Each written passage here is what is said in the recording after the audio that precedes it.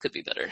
Do you have any interest in non-digital games, particularly in LGBTQ representation in non-digital games, paper games? Yeah, I mean, we've tried to start including them. We have them on the list now if they're not, even if they're not fully researched. It's really just been a question of like, it's a project that just keeps getting bigger. Sure. And so like, we just haven't had, if I like, if one person who's super into board games wanted to volunteer and do it, I would never say no. A lot of people have said, oh, you should add these. I'm like, anybody can volunteer to add those if you want to add those. But each game takes anywhere between 5 to 80 hours to research. And we have, I think I calculated it earlier this year, and over 3 years, we have 4.5 years of 40-hour work weeks already put into it. On top of like my full-time job and everybody who's volunteered or I've been able to hire as full-time jobs. So it's not excluded because we don't think it matters. It's just a resource allocation question. My day gig, which I use the term rather loosely, I work for Green Ronin Publishing as well. I don't know if you've ever heard of us. We are a small tabletop company, which is we're actually pretty large within the tabletop industry. RPGs. I used to work at Wizards of the Coast, which owns Dungeons and Dragons, and that's how I know a bunch of these people. Since you're sending me stuff, I would be happy to send you. We have a game called Blue Rose, which is romantic fantasy RPG in the style of, they usually say Mercedes Lackey. I would be happy to send you copies of what we have there too, if you're interested in seeing that material. Sure, that'd be awesome. Okay. I'm making a note to send Blue Rose. We, as a company, we really do try to be inclusive. So I would be happy to share that as well. It just so happens that all this stuff intersects. One of the things I would like to do with our video game metadata schema is have a group of students during the class that we have every year on the research, try to apply the video game metadata schema to other forms of games, tabletop and paper. So all of it just sort of swims around in my head. One of the worst parts about trying to get through this PhD is focusing stuff. Right. But as it stands, it's looking at how identification with technology affects the way that we develop it, specifically how we take risks on those projects. And as the game company tends to hire gamers to make games, that seems like it's a really good place to look. And it happens to be that I also am a game nerd, so. Perfect. Yes. We have about 5 minutes left, and I've rambled a bunch. We've covered most of the topics that I really needed to talk about, which is great, and we've talked about the other research, which is fantastic. I just want to make sure that you get to say anything that you want to say at the end. If you have any questions for me before we wrap up. No, I don't think so. I mean, this is a very exciting project. I can't wait to see where it ends up. I can't either. We are really at an exploratory phase in the research, trying to figure out what sorts of documents, but what sort of artifacts in general people want archived, what's produced, what's important, what the important things are to know about them. And so, yes, we are, it feels very sort of not quite formed, but full of potential right now, as we have this focus and we don't have a lot of the details yet. So, yeah, it feels like a great project. And it lets me talk to people like you who have other interests that intersect with mine as well.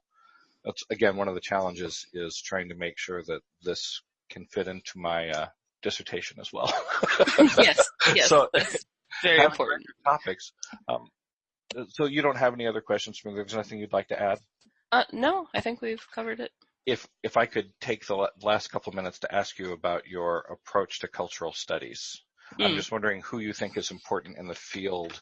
I'm assuming that somehow this all falls out from Mead, who I admit, I haven't gone back to read Mead.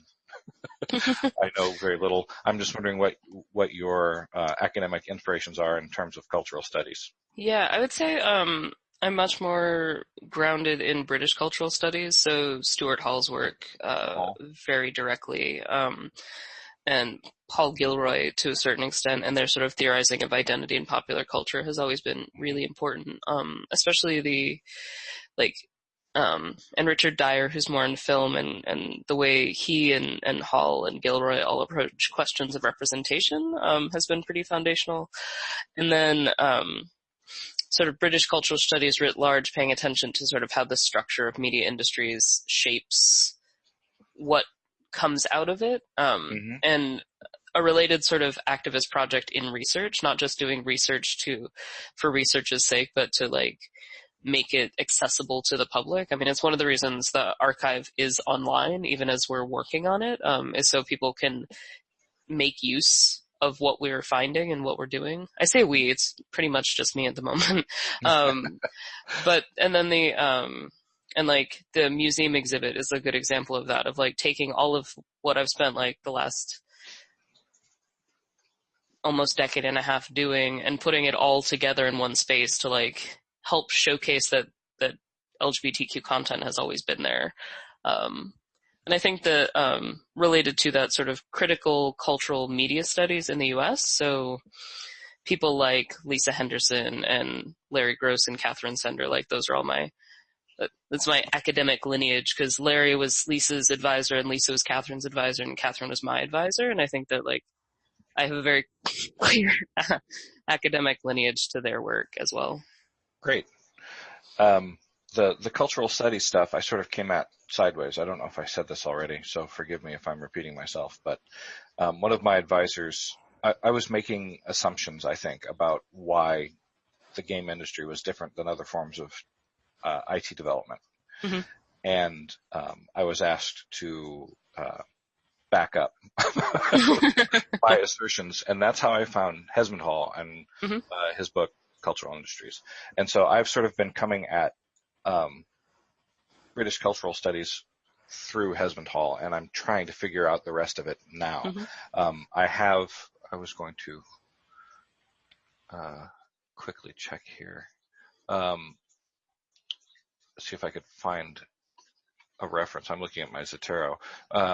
British Cultural Studies and Introduction, Turner was one of the books that I was going through.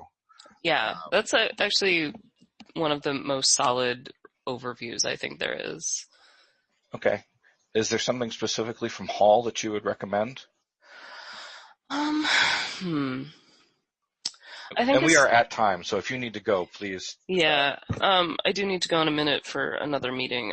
But I think Hall's work on circuits of culture, if you just Google that, I don't remember if that's the exact title of the piece, and encoding, decoding, and who needs identity, those are like, I think, the three key pieces.